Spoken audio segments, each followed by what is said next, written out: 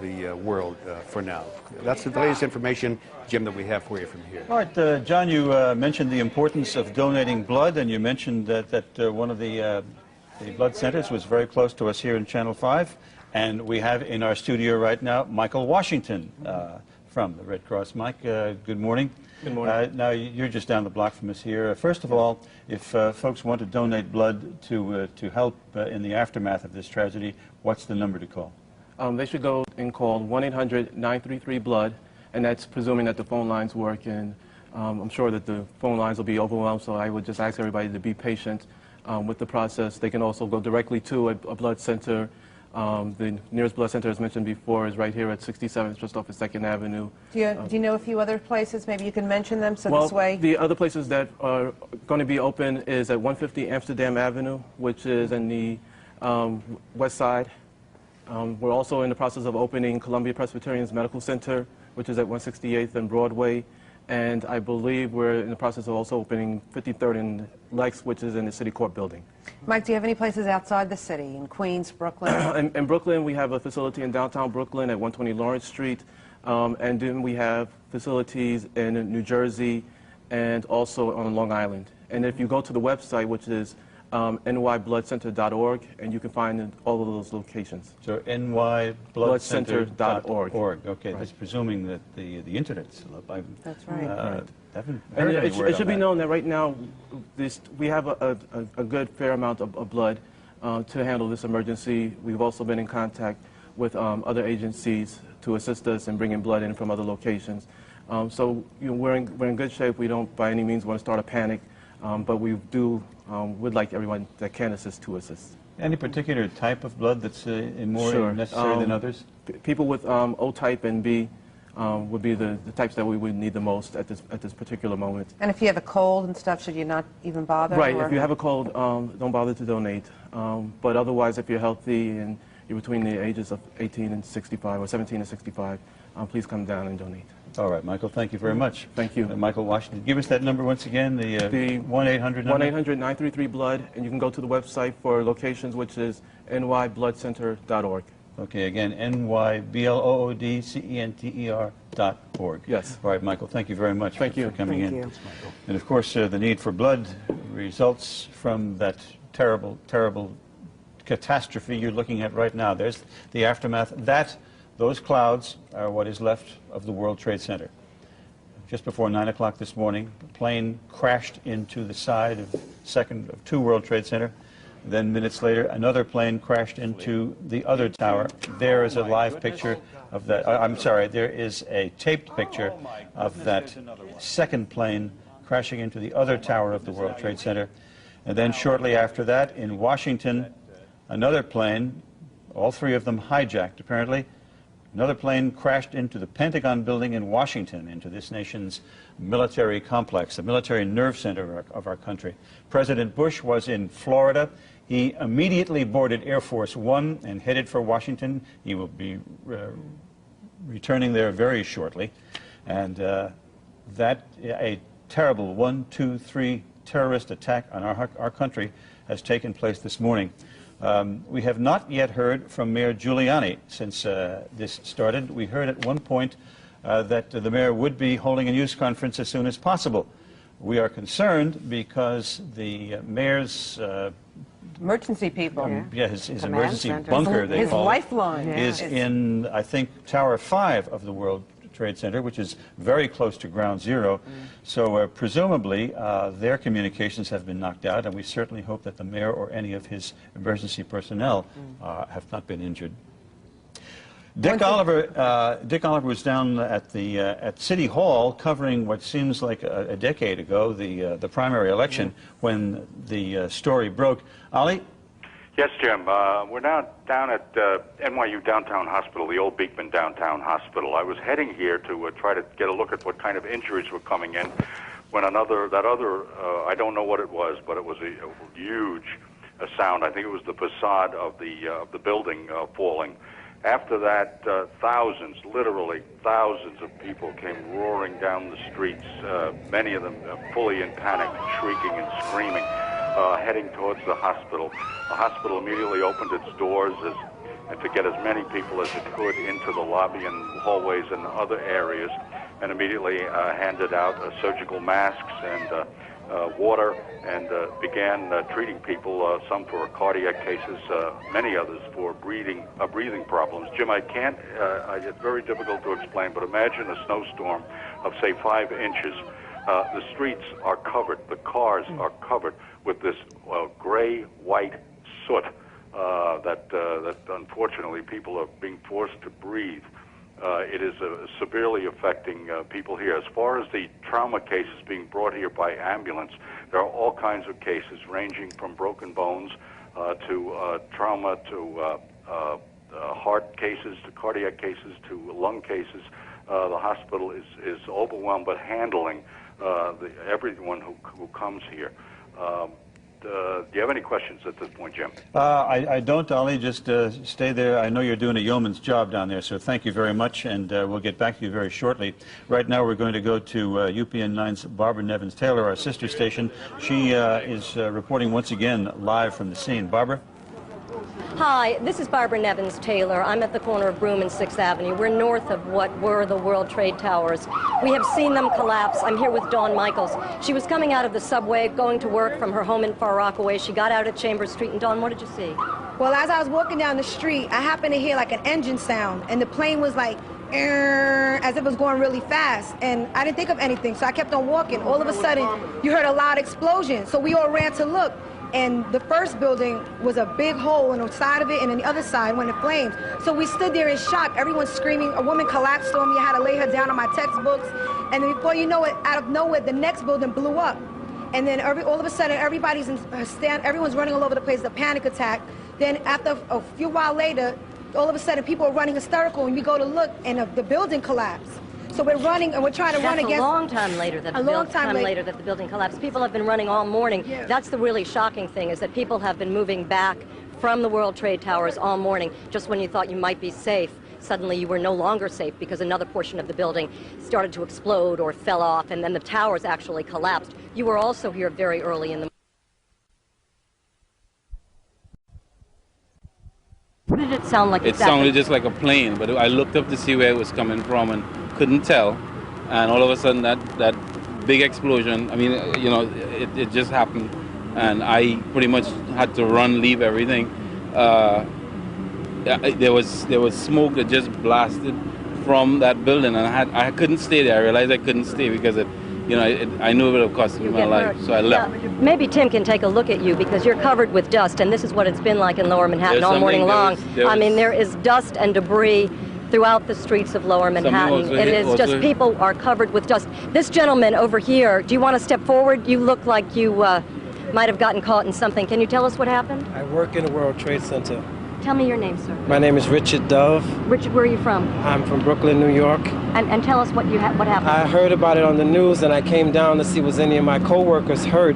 I'm due at work at 10 o'clock. I work in the World Trade Center from 10 to 6. I'm a messenger.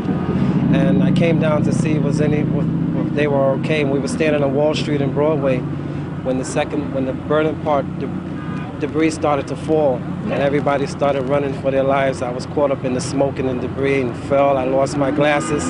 There are a lot of people back there who are hurt, who got stampeded over.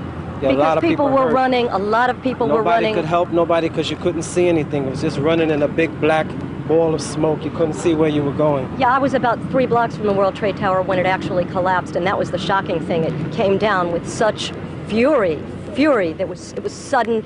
Police yelled, "Watch out, watch out." And then the building started to collapse, and it was sparkles and smoke and dark smoke, and you couldn't escape the debris. You couldn't escape. People were really running for their lives. This was horrible, horrible. I mean, I'm using that word, and it sounds dramatic, but there is nothing dramatic about it when you're out in the street. You can't imagine being caught up in that like that. I was running for my life. Yes, sir, we have some more folks here who... Oh, no? All right, sir, what happened to you? I want to go to the hospital. I'm dying. I'm bleeding. Well, we need to get you to the hospital. What happened? Where were you, sir? Oh, just coming to the building. You were just coming to the building? On Broadway. But you were not in the World Trade Tower? No, with the next bomb drop again. Give this man some help. Oh, no. All right, well, you need to get to St. Vincent's. You need to get to St. Vincent's. I think we're just a few blocks for St. Vincent's. Can somebody help him to get to St. Vincent's? Can somebody help this man? Obviously, somebody's bandaged his hand. Can you take him up? It's just a few blocks up. Thank you very much. Thank you. We're obviously out here in the street where people are very confused. It's been a very frightening morning, and we'll continue to report from the corner of Broome and 6th Avenue where people are moving up north from the World Trade Tower area. Right now, I'm Barbara Nevins-Taylor reporting live. Barbara, thank you very much. John Rowland has more from the newsroom. John? Well, we have some good news about the mayor, Jim. We were worried earlier about his whereabouts, whether or not he had been involved in this explosion at the World Trade Center, because that's where there is a command center.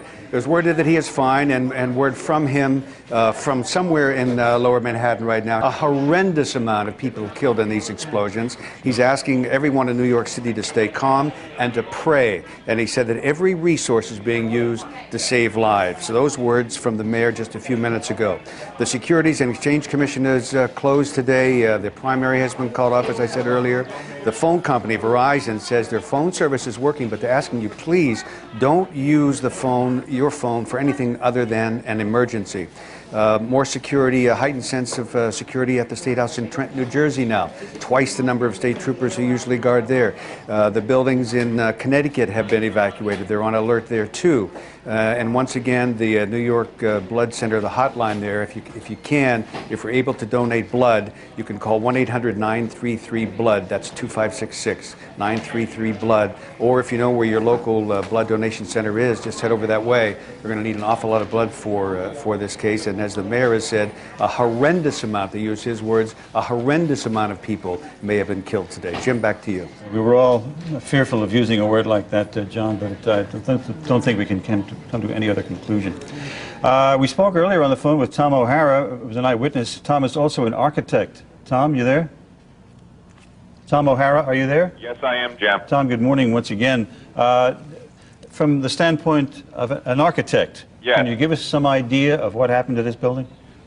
Yes, these two buildings were built, designed with a tube-in-tube structure, which basically means that there's a core where there's the elevators and the fire stairs, and then there's no more columns until you get to the exterior, which gives you a very flexible column-free plate.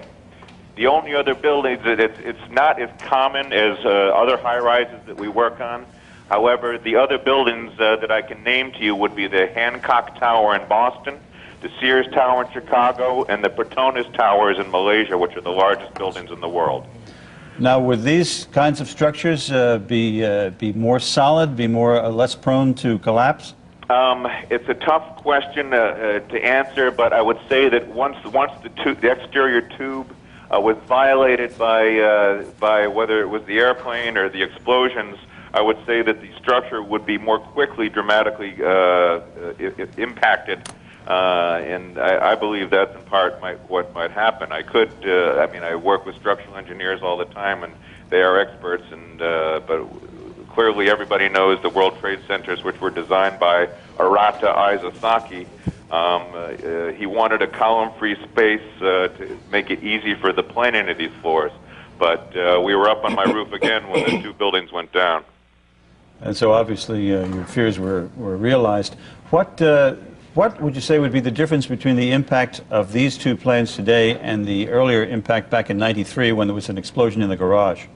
I think because it was down in the foundations, there were probably more columns down in the basement, in and around the sub-levels, as opposed to the top of the building, which probably threw the whole building out of balance.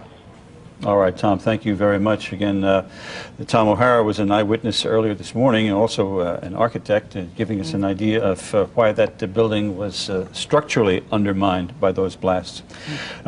Kimberly Richardson came into our studio just moments ago. Obviously, you've been through the thick of it. Kimberly, what are your experiences? I live in the area of Gramercy Park, and the feeling right now on the streets is unbelievable. People are walking around in shock. People are crying. Now, this is in the area of the 20s, so nowhere near the buildings. On their cell phones. I live, you have to excuse the sweat, because I live in the area of Gramercy Park. I came down to First Avenue to try and get a cab. There are no cabs. Anything coming north from the area of downtown and lower Manhattan, whatever got down there, but whatever's coming back is not coming back. All the cabs are full. I was able to finally ask a nice gentleman to get me in a cab. I got up, coming up First Avenue. Well, the UN is there. The streets are full. Traffic around the UN. We went underneath the tunnel. We didn't go on First Ave around the UN, but the area is, I heard demonstrators, I heard megaphones. I don't know if that's related to what's happening. I couldn't tell, I couldn't see it. But again, the traffic in the tunnel comes to a standstill, I'm in this cab, I'm thinking, in a tunnel near the UN, not a good place, but there's nothing you could do. We finally get out of the tunnel, and traffic again came to a standstill around 47th Street and First Avenue. You couldn't do anything. I jumped out of the cab. We came over to 3rd to get up to the studios on 67th, and I had to run and walk the whole way up. 3rd Avenue to the 59th Street Bridge, solid traffic, up to about 57th Street. Then it's wide open. Very few cars are getting through. People are walking in the streets. They're walking in the sidewalks. People are coming up out of the subways because the subways aren't running. People, again, on their cell phones. And the eerie thing, you're walking uptown on 3rd Avenue, not thinking much. You turn around, you look behind you, you see the plume of smoke right down 3rd Avenue, even in the 60s. So just kind of a chaotic but calm scene, a very eerie feeling out there right now. People are unbelievable. That's what you said earlier, surreal. It's surreal. New Yorkers are tough, but even this is, breaking down that toughness a little bit. A lot of times when catastrophes happen, New Yorkers come together. What was the feeling of the people when you were out on the street? Were they looking to help one another or just in plain panic? Plain panic and shock. Just dazed, walking around, kind of looking and listening. People were out of their cars. They had the radio on. They're listening to the up-to-date reports. Just kind of a strange, no one's panicked, but yet just in shock. In shock. It's just I don't think something out of a movie. Who would think that New York, the United States, would ever be a target to terrorists like this? Yeah, well, that was the fear on the part of a lot of people, and apparently it has come to pass. You know, it's something you mentioned. Let me just interrupt you one second, please, Lynn, because we have Brian Leary down in the newsroom. We raised a question some time ago about what is the internet like. Brian, can you answer that question? Oh, I'm sorry, we don't have it, so you can answer. No, you were saying you were in the cab and there were people demonstrating by the United Nations. You could hear them up above. Again, we were in the tunnel, so I couldn't see, but you could hear megaphones, you could hear yelling. I could see right before I went in the tunnels, the whole area around the UN, hundreds of people. Now, excuse me again, I'm being very rude here. That's okay, Jim. That's all right. But Brian Leary is going to tell us what's the internet like since this tragedy struck. Thanks so much, Jim. Here in the newsroom, as you know, all the phones they've been sporadic. People can't get in, they can't get out. And once again, the internet is proving to be invaluable. I've gotten several messages. I was lucky enough to be able to tell some of my friends and relatives that I was okay because everyone was worried. And from there, we have jumped over into people telling me from around the country, from Pennsylvania, Oregon, Florida, from here in the city, just what's going on. Basically, everyone's in a state of shock. Everyone's panicked about their loved ones. They don't know what's going to happen next. So the internet is proving to be invaluable as far as me getting more and more connections as where buildings are closing down. And as soon as we get more, I've gotten over 50 emails just on human interest stories and other connections. I'll get back to you, Jim. So the internet working. The internet working, which is encouraging, at least small ray of hope here that we can get through this without... I interrupted you before, Kimberly, where you were recounting your experience over outside the United Nations. Again, hundreds of people up on top of the tunnel, but I couldn't see because we were in the cab, but I heard demonstrators, I heard a lot of yelling, and even the cab driver said, well, what is that, what is that? He turned to me. I said, I don't know, I'm here with you. So I don't know if that's related to what happened or what's going on. Another thing, cell phones. I tried several times. You can't get through. Yeah, it's in and out. United Nations. It's a building that you would worry. Yes. Worry about, worry for its safety. But maybe it's a symbol of the world, whereas the World Trade Center is a symbol of the United States, New York, strength, power, so much a part of our skyline Forever gone. Yeah. All right, Dick Oliver is down close to Ground Zero at what we used to call Beekman downtown, Ellie? That's right, Jim. It's now called NYU downtown, just about 2 or 3 blocks from City Hall, and it's amazing what the scene is here. People, this has become a place for people to gather for help as far as breathing is concerned, as far as cardiac cases, and there was a number of cases, at least 100 people brought in for trauma by ambulance from the scene, from the World Trade Center. Right now, they're handing out water, trying to get people in off the streets. That's where the breathing problems begin. People are walking around with surgical masks. The streets are virtually empty. Once in a while, you see an emergency vehicle go back and forth, but it's really a ghost town in lower Manhattan as far as the general public is concerned. We'll continue to stay on the line here and bring you anything else we can, Jim. Ollie, are there any people that you can talk to, any people you have talked to describe what they went through when this tragedy struck? Well, a number of the people were just witnesses watching the fires as we were, Jim, when the facade of the building came down, and that set off incredible panic. Thousands of people rushing. Most that I saw were rushing towards the east side of the lower Manhattan, and that's where I wound up. I was down here checking on the cases that were being brought in here by ambulance. People saw people jumping from the building itself. People saw people being hit by debris. We're talking about people's arms being hit, people's legs. Some people's bodies were on the sidewalks, and there was a general panic. I can't make it back up there now, but we will when we can. The police have managed to get virtually everyone who is not an emergency worker out of the area. Thank you very much, and continue to do a fine job down there. Just to bring you up to date, in case you turned on your television set expecting to see something else and you ran into this, we will tell you that shortly before 9 o'clock this morning, a plane was deliberately piloted into the World Trade Center, Tower 2. Then minutes later, another plane, there's the second plane, deliberately crashed into the other tower of the World Trade Center, Tower 1. Then, sometime later, in Washington, another plane crashed into the Pentagon. All obviously terrorist attacks. And an outfit called the Democratic Front for the Liberation of Palestine has claimed responsibility. As of right now, all ways into Manhattan are closed. You cannot come in by a bus or a tunnel or a subway or a bridge, and you cannot get into Manhattan. And in Washington, where they had their other terrorist activity, every building of any importance has been evacuated. They're also evacuating buildings, federal office buildings in cities across the country. We've had a statement from Yasser Arafat, the Palestinian leader, who has condemned this terrorist attack. And we also understand that the state of Israel has closed and evacuated its embassies around the world. And here in New York, we are simply in a state of devastation.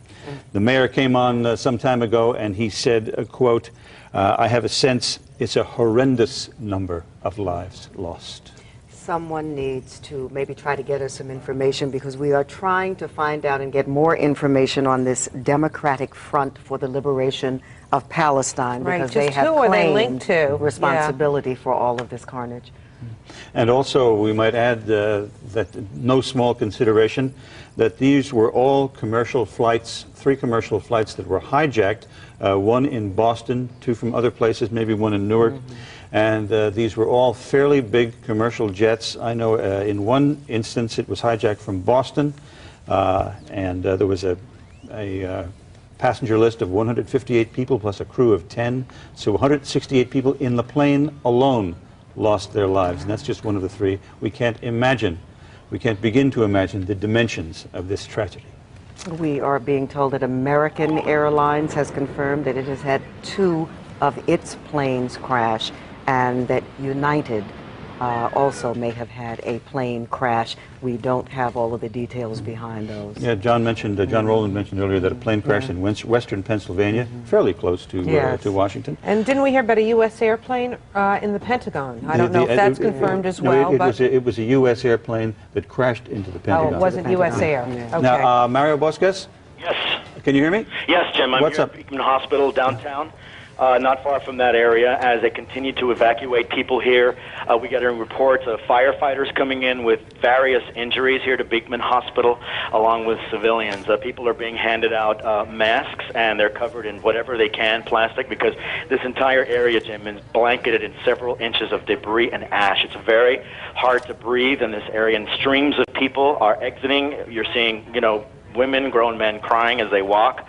along the streets, everyone in a state of shock as the ambulances continue to arrive along with fire trucks and assistance personnel to bring the victims here to Beekman Hospital. Jim, we're looking at some tape here. We're looking at some tape here of one of the many people who apparently suffered minor injuries in the task in the crash. That's just again, this is just unedited raw tape that we're looking at. Unbelievable. The number of tragedies that happened here, personal tragedies. We will be sorting through in the next weeks, I'm sure. But right now, there is no more World Trade Center. John Rowland down in the newsroom. John? Yeah, Jim, I just have some hard information, a little bit more of what you were talking about earlier. It was an American Airlines flight, one of them anyway, that hit the World Trade Center. It was Flight 11. It took off from Boston. It was on its way to Los Angeles. So we do now know the flight number of that American Airlines flight, of one of them. If you're expecting anybody on an international flight into our country, all of the international flights coming into our country are being diverted to Canada. So if you're expecting somebody coming into JFK, LaGuardia, Newark, all those airports closed obviously, those planes will be going into Canada. That's the latest information we have there. The Long Island Railroad back here in New York is stopping all of its trains into New York, and Brooklyn Metro North has stopped all the trains north of 125th Street in Manhattan. And once again, if you're able to, if you can donate blood, goodness knows how many people were killed today, but thousands killed and thousands more injured and wounded. So the blood banks are going to need the help from every New Yorker they can get. Jim, that's what we have right here from now. All right, thank you very much, John. Joseph Jaffe, you've been sitting here rather patiently. The firm again, I forget. Decision Strategies for Effect. Decision Strategies for Effect. Now, put yourself, as President Bush now lands in Washington, put yourself in his shoes, if you would, as to how we go about answering this tragedy. It's a large step to take, but I think the first thing you have to do is put yourself into a position to make government go on, to assure the public not to panic. Grief is absolutely something everybody's going to have, and shock everybody's going to have, but you have to make sure the country goes on. You have to take care that those other symbols of the country and those important parts of the country are protected, and then you have to put together what happens. You have to do it very slowly and very methodically, and you have to be careful to make sure that your guard is raised sufficiently that we can't have a repetition. This may be premature to ask, but I mean, do you think the airports will be closed through the remainder of the week, or is it just for today? I mean, I know you say we have to go on and move on, but I mean, how do you safeguard our safety? I won't presume to say I know even the beginning of the answer, but one of the answers is I don't think that we're going to wind up with our country at a standstill. I think that the protective measures that were put into effect long ago when the terrorist hijackings were ongoing, something we're going to have to reinstitute immediately. I think we're going to have to be very careful on the movement that we have and to control the movement, and I think we're going to have to just exercise a lot more care and diligence than we have. But you can't at the same time stop. All right, thank you very much. Again, Dick Oliver is down at NYU hospital this morning. Ollie? Yes, Jim, I'm going to repeat what Mario said. The hospital continues to function. It is, I use the word overwhelmed, but I don't mean that in a negative way. It is handling any and all cases coming in here, but the majority of them being problems with breathing. I can't emphasize more the difficulty in breathing out of doors. As the wind blows, as emergency vehicles go by, the wind blows this soot, this ash, this white stuff, which makes it extremely hard to breathe. We see every now and then an emergency personnel person with oxygen mask on, firefighters with oxygen masks on, people with surgical masks on, trying to either get to the area or come out of the area. In general, though, the general public has been removed from downtown New York, south of the Brooklyn Bridge or Chambers Street, south of Chambers Street, and people continue to stream over the Brooklyn Bridge towards Brooklyn and also uptown, as your earlier reports had, to get away from the whole of downtown Manhattan. Ollie, earlier on you used a very telling image about a snowstorm. Describe that for us again. Sure. You look out the window here at downtown. I'm looking at the parking lot just west of me here with the World Trade Center just becoming a little bit more clear in the background. The cars in the parking lot are covered with what looks like 2 or 3 inches of, it looks like snow.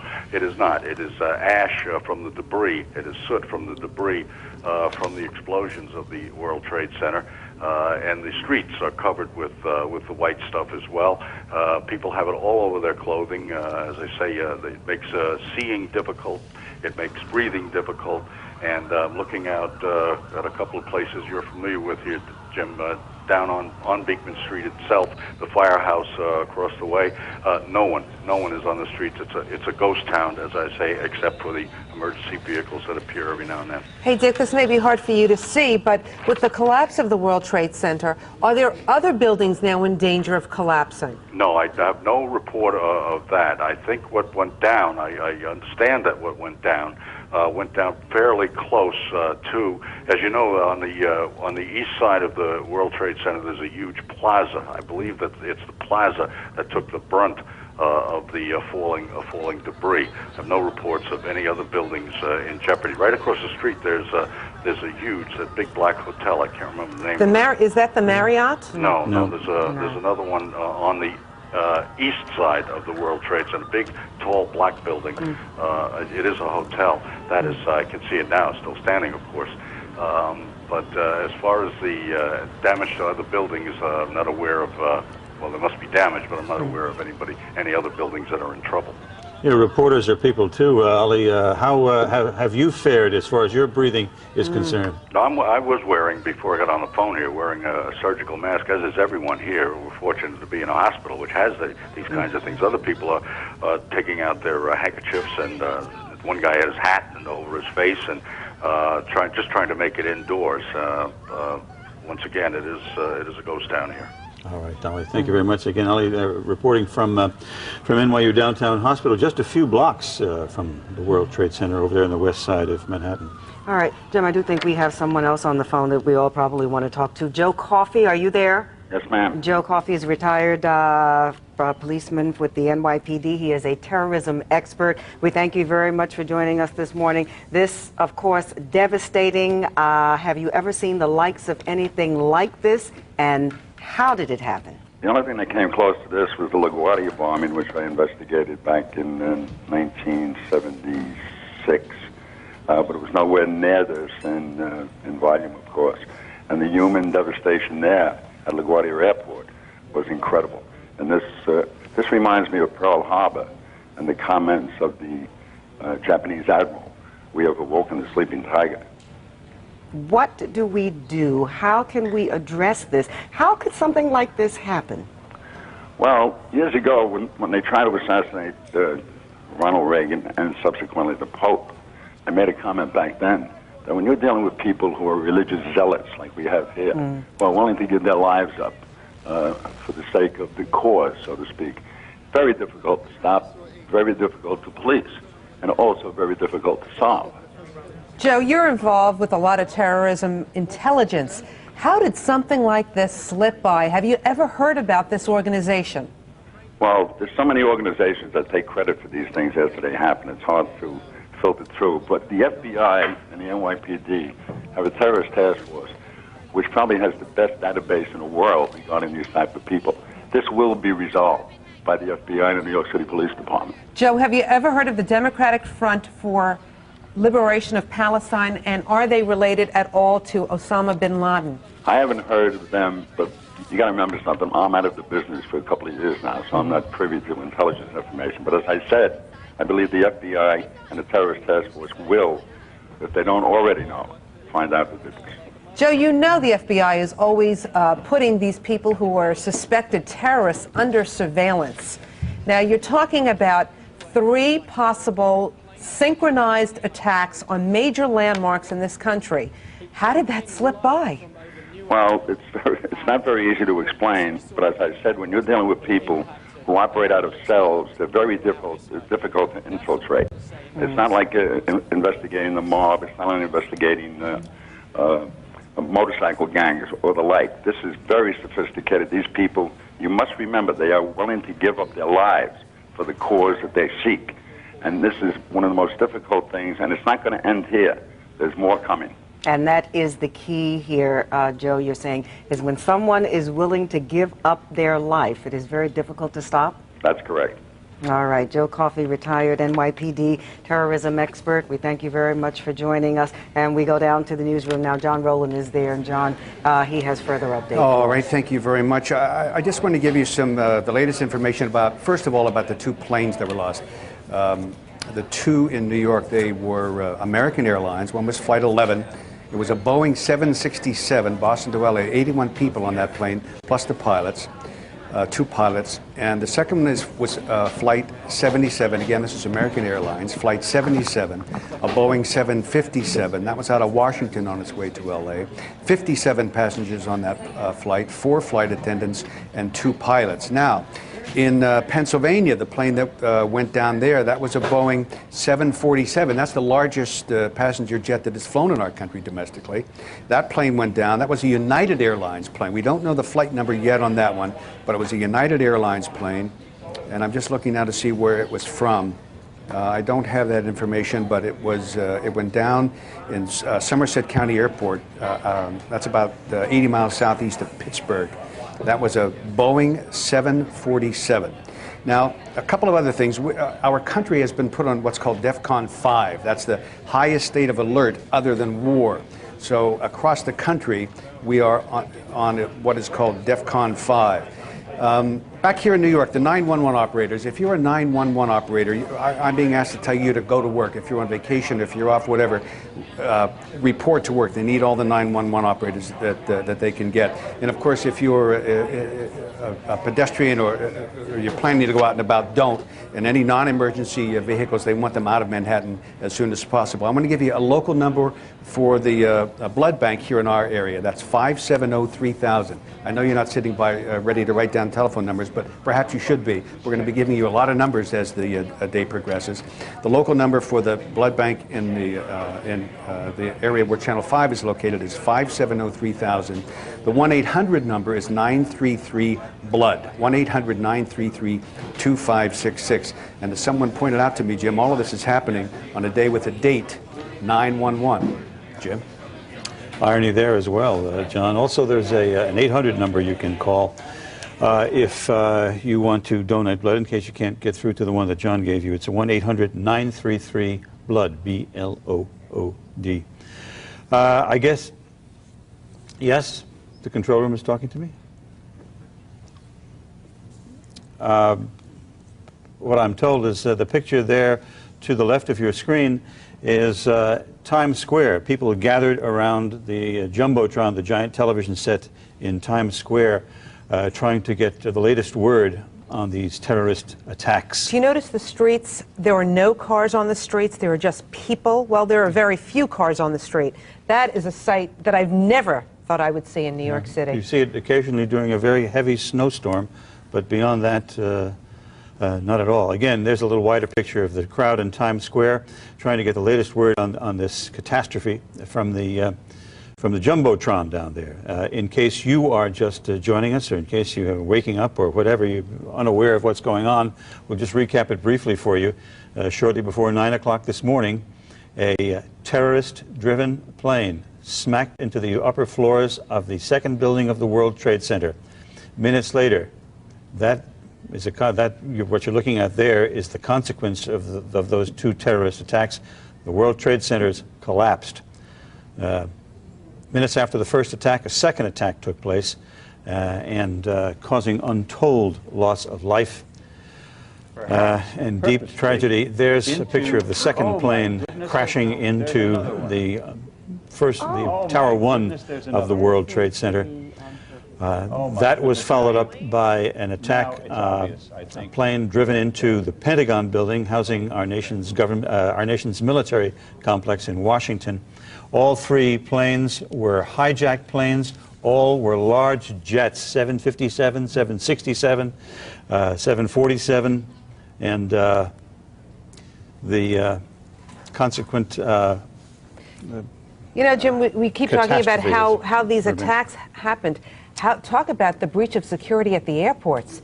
3 different airlines hijacked. How did that happen? You know, these men had to have some kind of weapon or something to hijack these planes with the pilots. Maybe they did, or maybe they didn't. You know, you just don't know how that happened. Whether they had something that could go through a metal detector. Joe, to that point. There are plastic weapons that you can carry that won't be detected. But the answer is that there's a false sense of security we enjoy at the airports, that the magnometers that are used really are high level, and they're not. There are a number that are, but there are an awful lot that aren't, and a lot of that don't check any luggage at all. And this is one of the things we've really got to start to improve. If we want to protect our planes, we have to be, it'll take a little more time, it'll be a little bit problematic, and you'll resent it. But that's one of the things we're going to have to do. We have to start to make our airports more safe. And of course, airports around the world have taken those precautions. I've tried to come out of the airport in Tel Aviv, and that is an experience. It's like a 2-hour, you know, questioning period on every little thing that you do and what you've done in that country. But I've recently traveled to Europe, and for the first time in this country, I've had my bags really gone through, and they've really talked to me about who packed the bags, and did you leave these bags alone for any period of time?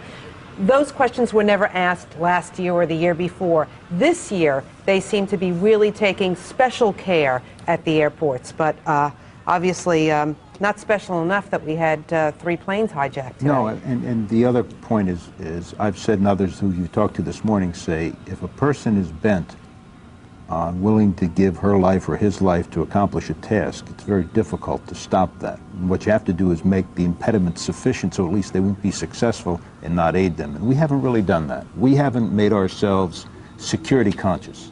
We take too much for granted, and we think nobody will ever do us. The land of the free. And regrettably, the disaster today, the tragedy today, shows that our awareness and what we took for granted, we can't take for granted again. We're going to really have to be much more mindful of how we're going to survive. And we just have a little more information for the viewers. The plane that crashed in western Pennsylvania, we are now told, was United Flight 93 out of Newark, and it was headed for San Francisco. Now, was that one of the hijacked planes? Did some heroic pilot perhaps save an awful lot of lives in Washington? We don't know at this point, but we do know that it was United Flight 93 out of Newark, heading west, and could have been diverted to Washington quite easily if it crashed in western Pennsylvania, on its way to San Francisco. I guess we haven't heard for security reasons whether the control towers had any kind of transmission with these pilots, whether they knew these pilots were in any kind of danger of being hijacked or anything like that. But along with that line, if you look at where they were hijacked from, it had to be very well coordinated because it's East Coast hijackings in order to do East Coast damage, which raises the question of what else don't we know and what else could very well be coming. As a security expert, there are other suspected terrorists in this country, in this city. What do you do now? I would assume that the agencies dealing with that, the Terrorism Task Force, are doing the things that ought to be done to start to tighten up on those groups that they know. But these are cells in many instances, and you don't have the ability to have an organization that can infiltrate one group and therefore know who everybody is. So you're going to have to be very careful and very mindful and start to look intensely and devote a lot of manpower to that. Explain the way cells work, if you would, Joe. What often happens, depending on the organization, is that different groups have different people involved. One cell, if you would, does not know who the other cells are. That way, if one group goes down, if certain people are captured, if certain people are taken into custody, they can't give up somebody else. Each works on its own, and there's a coordination. That type of structure has been growing, and worldwide that's been recognized. And if you look at the Mideast and you look at what's going on there, and not only in the Mideast but in the former Soviet republics, and as the conflict heightens. Excuse me, Joseph, I have to interrupt you once again, but we have a live news conference now from Logan Air Force Base in Washington. 245-0999. Secondly, family members can call a Massport number 617-568-3100. We've also urging people not to come to the airport at this point in time. We've increased the shuttle buses from the terminals to the MBTA Blue Line stop, and the MBTA has increased the frequency of subway transportation. We are in close communication with the FAA, the FBI, State Police, Commonwealth of Massachusetts. And that's all I have right now. Joe, you've got to tell us more about these planes that left this morning. What flights do you have reports on? The flights, I cannot confirm or deny any flight numbers because I have not received official notification on any flight numbers. So how can we get people to call these numbers? So everybody who's got a flight. Okay, I do believe several of the media outlets are broadcasting several flight numbers. I believe they're broadcast flight number 11, American Airlines.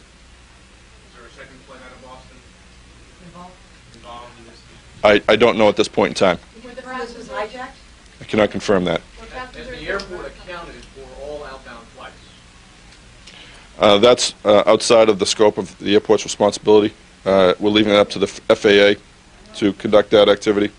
Joe, what is the code? Joe, what is the code Fort Knox? We have reports of employees screaming Fort Knox around the airport at the time that the planes went into the World Trade Center. I don't know what that means. Doesn't mean have any connotation here at Logan Airport. What about planes that are flying in here? Are they being Well, that's a news conference going forward at Logan Air Force Base up in Boston. This happened at about 8:45 this morning while we were on the air. It first broke. It's now some 3 hours and a few minutes later. Let's go back to that moment when we were on the air and the first crash took place. Can I get you on the also?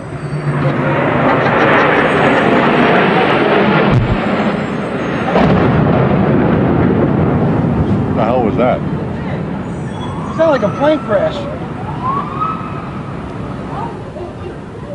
There was a reaction on the part of... Yeah, close to you! Come to us! Come to us! Come to us! Come to us! Hey, Beth, what is that? Somebody hit the World Trade Center or the... It's a trade center. The World Trade Center. Center. There's a fire on the upper floors. It was just an explosion. It looks like something... You were listening to Dick Oliver and his cameraman at the moment that the first crash hit the World Trade Center. That was at 8:45 this morning. Oliver and his camera guy went and reported a little later than that, but then because part of our electronic gear is on top of the World Trade Center, he was knocked out. So then we were talking about cell phone. It is now some 3 hours later, and I think I hope we have seen the full dimension of the tragedy so far. Ali, are you there? Jim, we were just able to talk to the president and CEO of NYU Downtown Hospital, who gave us a fill-in of what's going on as far as the hospital is concerned. They've opened up a second emergency room. They have been treating more than 250 people. Between 100 and 200 of them are people they've categorized in a green category in the triage. That means people who need immediate care. This is people who have cuts and lacerations. The majority of the other people being treated are for breathing problems as a result of the soot and the ash that hit here. Leonard Aubrey, the president of the hospital, says he was here during the '93 explosion at the World Trade Center. He says this is much, much worse than what happened there. He says that 3 dead-on arrivals arrived here at downtown. One severely burned person was sent to Cornell Burn Center. Another neurological case was sent to NYU Hospital up on First Avenue. The doctor says that they're able to handle the people that have come into the hospital here adequately. They have opened up their supplies of oxygen, masks, bandages, and are dealing with the problems they have here. As far as the outside is concerned, the hospital is advising people not to go outside, or if you must go outside, to certainly wear a face mask because of the ash and the breathing problems. That's about it from now, Jim. You know, I hesitate to ask this, Ali, but one would have to start looking in this direction. Have they made any arrangements for morgue facilities at the hospital? I have not heard about that, Jim. As you know, our main morgue is up at the complex on 20th Street and First Avenue. Over by Bellevue there, yeah? Yeah, up by Bellevue. I have not heard about that. I will inquire about it. And but still need to know how many we lost in this thing. But if this is any indication, there have been a lot of people lost. And the mayor, we are told, is down somewhere down there in the thick of things, and he was quoted earlier as saying that the loss of life has to be horrendous. Mm-hmm. Jim, we have one of our reporters, James Ford, down on Broome Street. Let's go down to James now. James. Well, we came up to Broome Street, actually, from Leonard Street, another 6 blocks in. We were about 10 blocks north of the World Trade Center complex when we saw a variety of things happen, including the implosion of both towers. I'm sorry to say that with our own eyes, we saw at least a half dozen people jump from the North Tower before it collapsed as well. A big concern among most of the people down there, and certainly we can attest that there were thousands of people in the street. A big concern for them was breathing in the debris from the collapsing buildings. As you can probably see from the video, that debris comes in a huge black gray cloud that comes up the streets as though it were a menace coming up a canyon, and everyone had to get out of that scene. Just what exactly it's comprised of, nobody can say. Certainly many people concerned. And another problem in the World Trade Center area, up to about 10 blocks away from the World Trade Center, was residual effects of the explosion. One building that we saw about 8 blocks north of the World Trade Center, well, there were 2 people that were injured from impact from the second explosion. In other words, when the Southern Tower had that explosion, other buildings in the area, they lost windows, they lost concrete, they lost part of walls, and all of that debris either went into the buildings on which they were attached and injured people in the buildings, or they came out from the building and injured people who are on the street. And in the pictures that you see, people are in the street being triaged by medical personnel. And that's another thing worth noting here. We saw people from as far away as central New Jersey, that is ambulances as far away as central New Jersey, eastern Long Island. Certainly emergency personnel have rallied the troops in this instance, and obviously there is a need. Many people on the street just breaking down into tears, walking around aimlessly, not knowing what to do in a situation like this, and feeling ultimately helpless. I'll say in contrast to that, though, there were many people who, despite their fear, oddly enough, were taking photographs, even joking, I'm sorry to say, about what they were seeing. I'm not sure that, at least in the first hour after the initial crash, that people really understood the severity of this. And there are a lot of onlookers. We saw one woman who was weeping while she was snapping photographs with her disposable camera. Very, very odd situation. We also saw a firefighter heading to the scene, and while his fire engine stopped, he brought out his own small pocket snapshot camera and took pictures of one of the towers as it continued to burn.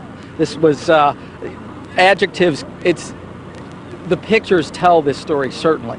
We're trying to convey a sense of what it was like with the people that were there then.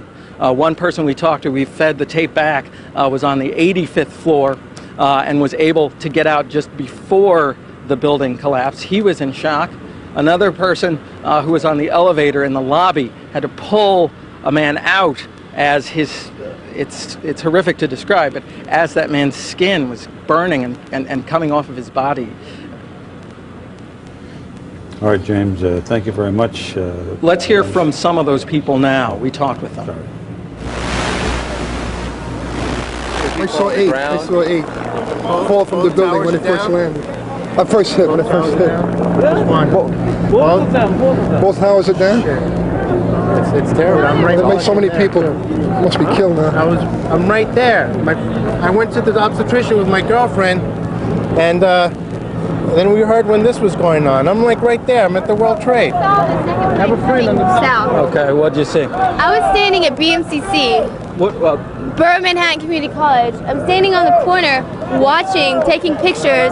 You can see the wings of the plane come from the south and hit the middle of the second building. The second plane was like... I think they were delivering bombs. The explosion went up on that last building. There was probably a bomb inside the plane. He saw it too. The explosion went up.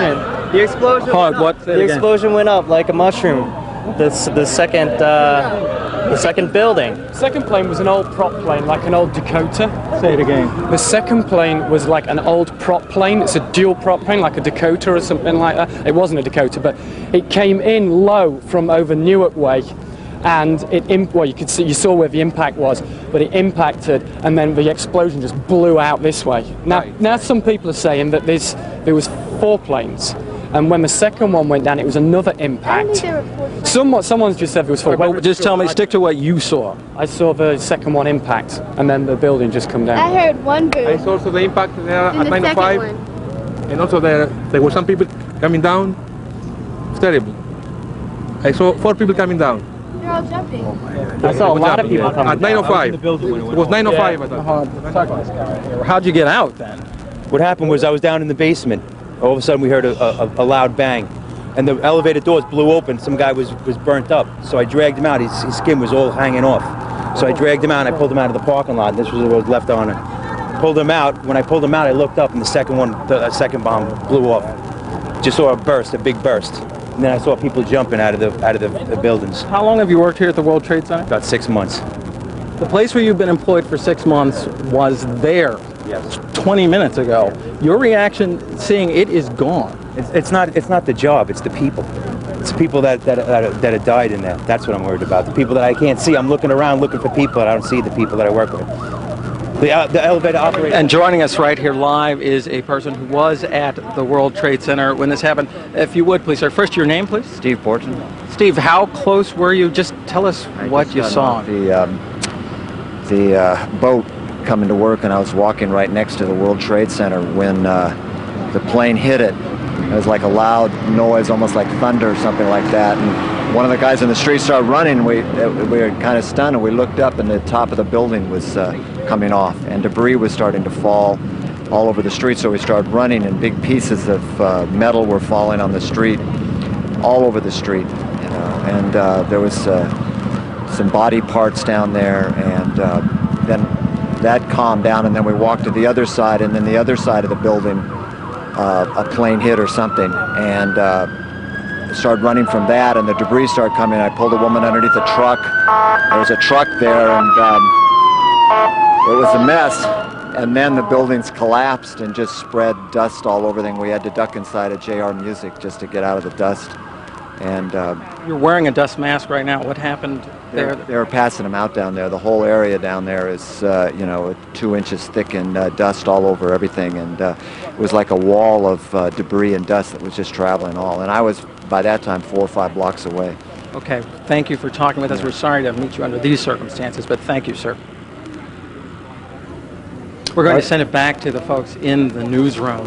We are live here at Broome Street at 6th Avenue. I'm James Ford, Fox 5 News. All right, James, thank you very much. Well, let's take a step back now and make some sense out of this, as much sense as can be made, at least establish a chronology. John Rowland is down in the newsroom. John? All right, Jim, first let me tell you that the group that we've been talking about, the Democratic Front for the Liberation of Palestine, their leader is now denying that they had any part with this horrendous and despicable terrorist attack, the first of which happened around 9:50, about 10 to 10 this morning. Just a few moments, believed to be a plane crashed into the south tower of the World Trade Center. That was Dick Oliver from Good Day, New York. He was in Lower Manhattan when the first plane slammed into the World Trade Tower number 2. Smoke and flames engulfed the top part of that building. The plane left a huge hole in the side of the building. Then about 20 minutes later, a second plane, again it was on a suicide run, it crashed into the World Trade Tower number 1. There's another You can one. see it. It went almost completely through the building. Now both towers are engulfed in flames and in smoke. Now because that plane hit lower, the structural damage caused by the impact of that jet caused the top of